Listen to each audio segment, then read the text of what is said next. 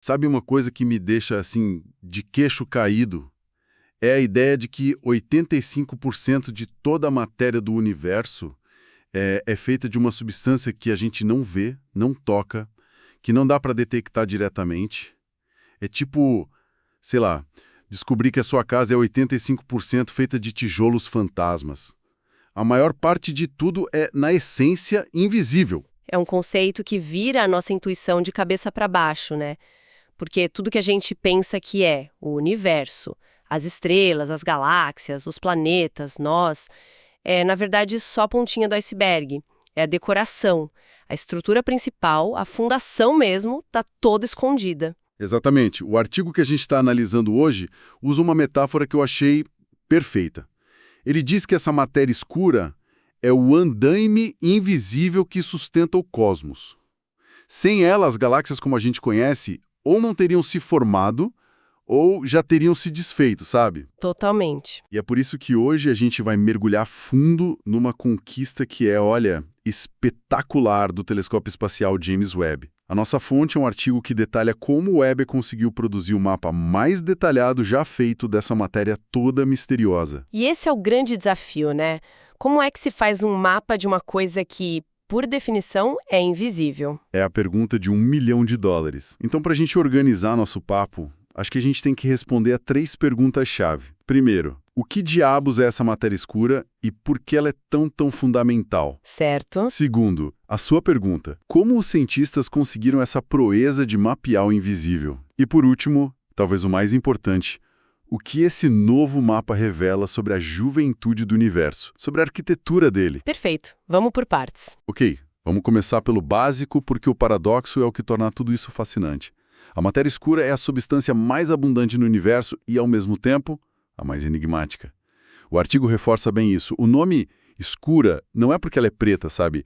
É porque ela é transparente para todo tipo de luz. Ela não emite, não absorve, não reflete nada. Exato. Para a luz, é como se ela não existisse. Exatamente. Mas o que é fascinante aqui é que, apesar de ser invisível, o universo seria um lugar nossa completamente diferente sem ela.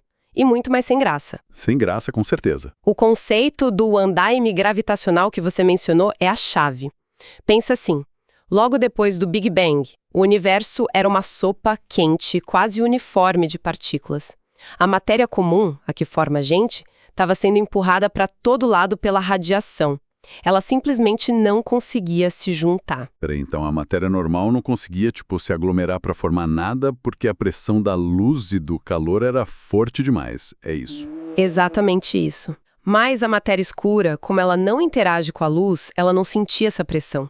Então, enquanto a matéria comum estava nesse caos todo, a matéria escura, guiada só pela gravidade, começou a se agrupar quietinha, formando poços gravitacionais cada vez mais fundos. Entendi. Então ela foi a primeira a criar ilhas de gravidade no meio daquela sopa cósmica toda. Perfeito, essa é a imagem. E com o tempo, o universo expandiu, esfriou, a pressão da radiação diminuiu, e aí a matéria comum finalmente pôde cair nesses poços de gravidade que a matéria escura já tinha preparado. Foi ali, nesses andaimes invisíveis, que o gás se concentrou, formou as primeiras estrelas e, depois as galáxias. Nossa. Sem a matéria escura, o universo hoje talvez fosse só uma névoa fria, difusa de hidrogênio e hélio. Que coisa incrível. E não é só sobre a formação, né? O artigo também fala que ela mantém as galáxias unidas hoje. Sim, essa foi uma das primeiras pistas da existência dela. Astrônomas como a Vera Rubin, lá nos anos 70, notaram que as estrelas nas bordas das galáxias estavam girando rápido demais. Rápido demais? Como assim? A gravidade de toda a matéria que a gente via, as estrelas, o gás, a poeira, não era nem de longe suficiente para mantê-las em órbita. Elas deveriam ter sido arremessadas para o espaço. A única explicação é que existe um halo gigantesco, massivo de matéria invisível envolvendo a galáxia toda. É essa matéria que fornece a gravidade extra necessária. É tipo uma cola cósmica. É a cola cósmica, entendi. Então, se a gravidade é a única impressão digital que a matéria escura deixa, como é que os cientistas seguem essa pista para criar um mapa? Porque não dá para botar uma galáxia numa balança, né? Não mesmo. É aqui que a coisa fica assim realmente genial. Como se mapeia o invisível? A fonte explica que a equipe de pesquisa, que é liderada pela Diana Scognamilho do JPL da NASA, usou um fenômeno que o Einstein previu, chama lentes gravitacionais fracas. O nome pode parecer um pouco complicado, mas a ideia é de uma elegância surpreendente. A teoria da relatividade geral nos diz que objetos com massa não só puxam outros objetos, mas eles literalmente curvam o tecido do espaço-tempo ao redor deles. E a luz, quando viaja por esse espaço-tempo curvado, tem a sua trajetória desviada. O artigo usa uma analogia ótima, a de olhar através do fundo de um copo de vidro. A imagem do outro lado fica meio distorcida. É por aí. Exatamente isso. Só que numa escala cósmica. Imagina uma galáxia muito, muito distante. A luz dela viaja por bilhões de anos até chegar aqui nos nossos telescópios. No meio do caminho, essa luz passa por um aglomerado de galáxias que tem uma quantidade imensa de matéria escura. Essa concentração de massa age como uma lente imperfeita, distorcendo de forma muito sutil a imagem daquela galáxia que está lá no fundo. Que ideia brilhante. Então, eles não estão procurando a matéria escura em si. Eles estão procurando as pequenas, minúsculas distorções que ela causa na luz de coisas que estão muito mais longe, atrás dela. Esse é um trabalho de detetive cósmico de altíssimo nível. A precisão para fazer isso deve ser absurda. É quase inimaginável. A gente está falando de distorções de uma pequena fração de 1% na forma aparente de uma galáxia. É como tentar notar uma deformação de 1 milímetro numa foto do tamanho de um campo de futebol. É muito sutil. Uau! A equipe mediu essas distorções em 129 galáxias diferentes, dentro de uma região do céu muito bem estudada, chamada Campo Cosmos. Analisando o padrão e a direção dessas distorções em conjunto, eles conseguem reconstruir um mapa de onde a massa, principalmente a matéria escura, tem que estar para causar exatamente aquele efeito. E aí que o James Webb entra. O artigo deixa bem claro que isso é um salto gigantesco em relação ao que o Hubble conseguia fazer. O mapa novo tem mais que o dobro da precisão. Por que o Webb é tão melhor para essa tarefa específica? Por duas razões principais. Primeiro, o espelho do Webb é muito maior, então ele coleta mais luz e consegue ver objetos muito, muito mais tênues. Segundo, e talvez o mais importante, é que ele observa no infravermelho. Ah, claro. Galáxias muito distantes têm a luz delas esticada para o infravermelho pela expansão do universo. O Hubble não enxerga tão bem nessa faixa. O Webb consegue ver as formas de galáxias de fundo que são mais distantes e mais fracas do que qualquer telescópio antes dele. E ver mais longe significa ver mais para o passado. Exato. A luz dessas galáxias viajou por mais tempo. O Webb consegue usar galáxias de fundo que nos permitem mapear a matéria escura numa época em que o universo tinha só uns 4 bilhões de anos.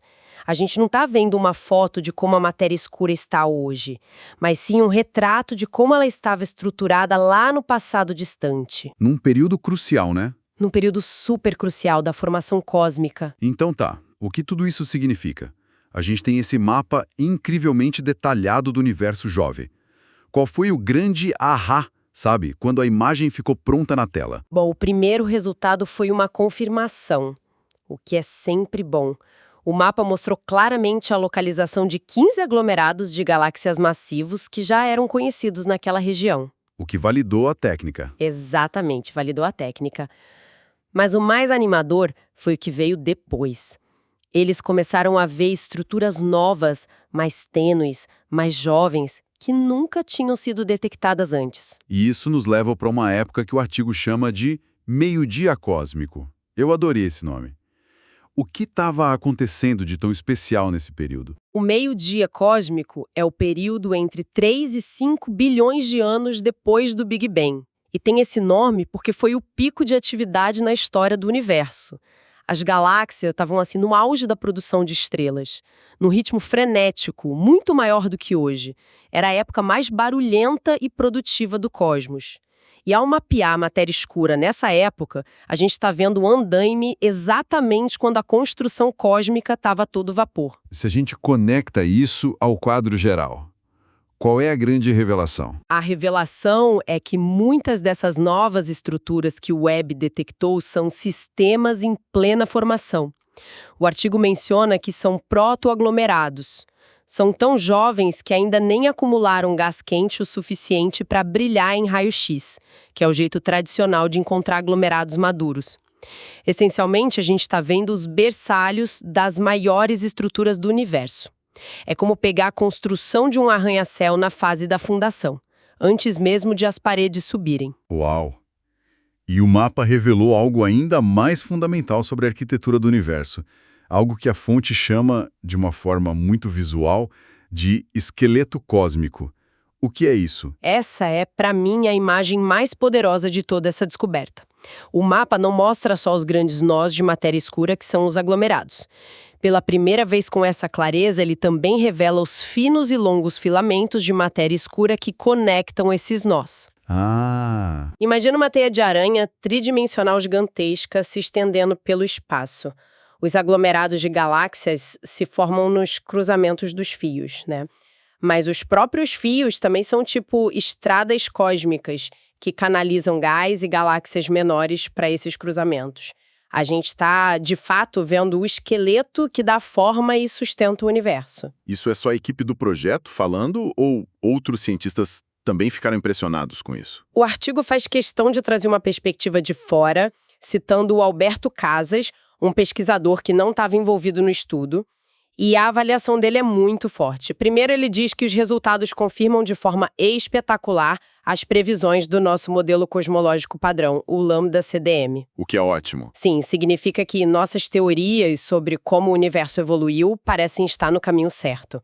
Mas ele vai além. Ele afirma que essa descoberta marca o começo de uma nova era na cartografia cósmica de precisão. Cartografia cósmica de precisão. Gostei disso. Então não é só uma imagem bonita. É uma ferramenta. Exatamente, é uma ferramenta que vai permitir testar teorias alternativas. Existem muitas ideias sobre o que a matéria escura poderia ser. Cada uma prevê uma distribuição pouco diferente em escalas pequenas. Com um mapa tão preciso, agora a gente pode comparar as previsões de diferentes modelos com os dados reais e ver qual se encaixa melhor. É um novo campo de testes para a física fundamental. Ok, então eles fizeram um mapa, confirmaram as teorias e abriram um novo campo de testes. E agora? Penduram o mapa na parede e fim de papo? Quais são os próximos passos? De jeito nenhum. O artigo menciona que a pesquisadora principal, a Diana Scognamiglio, já está trabalhando no próximo nível, reconstruções tridimensionais. Tridimensionais? Isso. Eles querem usar a informação da distância das galáxias para adicionar a dimensão da profundidade, do tempo a esse mapa. O objetivo não é só saber onde as estruturas estão, mas também quando elas se formaram. Isso parece incrivelmente complexo. Mas é aí que está o que o artigo chama de a verdadeira revolução. O próximo grande salto científico vai vir quando eles combinarem esse mapa da matéria escura com outro tipo de mapa. Um mapa que o James Webb também está fazendo, na mesmíssima região do céu. Um mapa detalhado da história de formação de estrelas dentro das galáxias. Ah, entendi. Então eles vão ter dois mapas da mesma área e da mesma época, um sobreposto ao outro. Um do andaime invisível e outro da construção visível, que são as estrelas. Exatamente. E ao cruzar esses dois mapas, eles vão poder começar a responder perguntas que antes eram pura especulação. Tipo, como a matéria escura, o gás e as galáxias crescem juntas, a formação de estrelas é mais eficiente nos filamentos da teia cósmica ou só nos nós, como o fluxo de matéria escura nesses filamentos alimenta o crescimento das galáxias. São perguntas fundamentais que agora podem ser respondidas com dados de observação. Não só com simulações de computador. Isso. E olhando ainda mais para frente, o artigo menciona outras missões que vão levar isso para uma escala ainda maior, né? Sim, a gente está só começando. O Webb fez um mapa incrivelmente detalhado de um bairro cósmico. As próximas missões, como o telescópio espacial Nancy Grace Roman, da NASA, e a sonda Euclid, da Agência Espacial Europeia, vão usar a mesma técnica, mas para mapear áreas imensas do céu. Se o Webb mapeou um bairro, eles vão mapear, sei lá, o país inteiro. talvez o continente. Então teremos um mapa global da teia cósmica mostrando como a estrutura do universo evoluiu em grande escala ao longo de bilhões de anos. Exatamente isso. Estamos, de fato, entrando numa era de ouro da cartografia cósmica. Essa capacidade de ver a arquitetura invisível do universo vai transformar a cosmologia. Ok. Então, fazendo uma rápida recapitulação do nosso papo, a gente partiu da ideia maluca de que 85% do universo é feito de um andaime invisível, a matéria escura.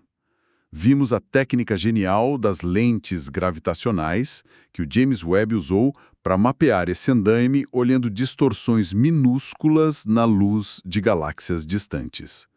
E por fim vimos o que o mapa revelou, o esqueleto cósmico durante o meio-dia cósmico, a época mais produtiva da história do universo. É um bom resumo. Vem dos berçários das maiores estruturas que existem. E talvez o pensamento final para a gente ficar refletindo seja este. Esse mapa extraordinário nos mostra o onde da estrutura do universo com uma clareza sem precedentes.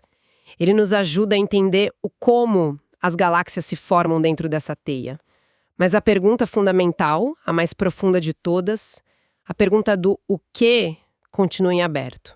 O que exatamente é essa substância que compõe a maior parte do nosso cosmos? Uma pergunta que ainda não tem resposta. Exato.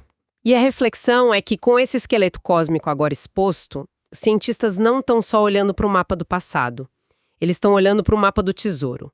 Um mapa que aponta os locais exatos, os filamentos mais densos, os aglomerados mais jovens, onde eles devem cavar para encontrar as pistas.